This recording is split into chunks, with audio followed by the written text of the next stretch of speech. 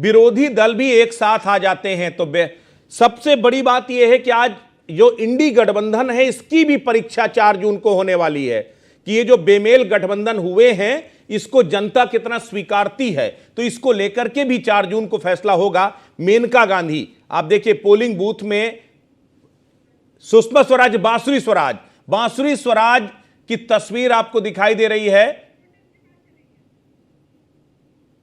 बांसुरी स्वराज पहली बार चुनावी मैदान पर उतरी हैं और यह उनके लिए बड़ी लड़ाई है।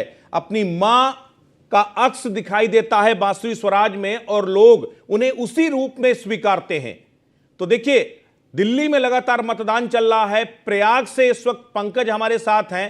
पंकज, अगर प्रयाग की बात करें तो प्रयाग की लड़ाई इस बार क्या दिखाई दे रही है? और सबसे बड़ी बात यह कि प्रयाग एक प्रयोगशाला है, हर बार की तरह इस बार नए चेहरे वहां से उतर रहे हैं।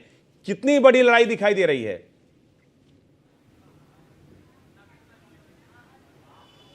बिल्कुल, अगर देखा जाए तो विरासत की लड़ाई यहाँ पर देखने को मिल रही है और ऐसे में चाहे नीरज त्रिपाठी की बात कर ले या फिर उज्जवल रमन की बात कर लें, दोनों ही अपने में कड़ा मुकाबला इस दौरान दोनों में नजर आ रहा है। और बात करें अगर बीजेपी और इंडिया गठबंधन की, क्योंकि दोनों के बीच में कड़ा मुकाबला, हालांकि बीएसपी भी कहीं ना कहीं नजर आ रही है, लेकिन ऐसे में अगर देखा जाए तो लगातार यहाँ पर आरोप प्रत्यारोप भी हमने देखे। और हमारे साथ में थोड़ी देर पहले इस दौरान के पूर्व कैबिनेट मंत्री सिद्धार्थनाथ सिंह भी हमारे साथ में मौजूद थे, जब उनसे सवाल भी किया गया कि 400 पार का नारा जिस तरीके से एनडीए की तरफ से दिया जा रहा है उसको किस तरीके से देख रहे। तो उनका यही कहना था कि धीरे धीरे जैसे 5वें चरण तक हम आए हैं, 5वें चरण के बाद हम पूरी तरीके से आश्वस्त नजर आए हैं, लेकिन अब छठा चरण चल रहा है, यानी कि पूरे तौर से अगर देखा जाए तो जनता का विश्वास बीजेपी पर है और एक बार फिर से बीजेपी की सरकार बनेगी। लेकिन तमाम मुद्दे भी हमने यहाँ पर सबसे बड़ी बात यह है कि अगर हम प्रयाग की राजनीति की बात करें तो प्रयाग धुरंधरों का गढ़ है।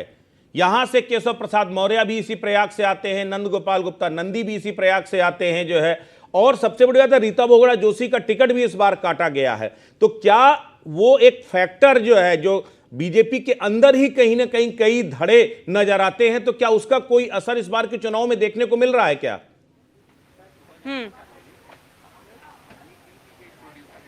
बिल्कुल, देखिए जब टिकट कटता है थोड़ा बहुत समर्थकों में नाराजगी जरूर रहती है, लेकिन जिस तरीके से जब रीता बहुगुणा जोशी से भी बात हुई तो उन्होंने भी कहा कि एक संगठन के तौर पर बीजेपी काम करती है, जिसको भी मौका देती है वो पूरे तरीके से चुनावी मैदान में हर सब लोग सबका साथ सबका विकास के तहत जैसे हम काम करते हैं वैसे ही हमारी पार्टी भी काम करती है।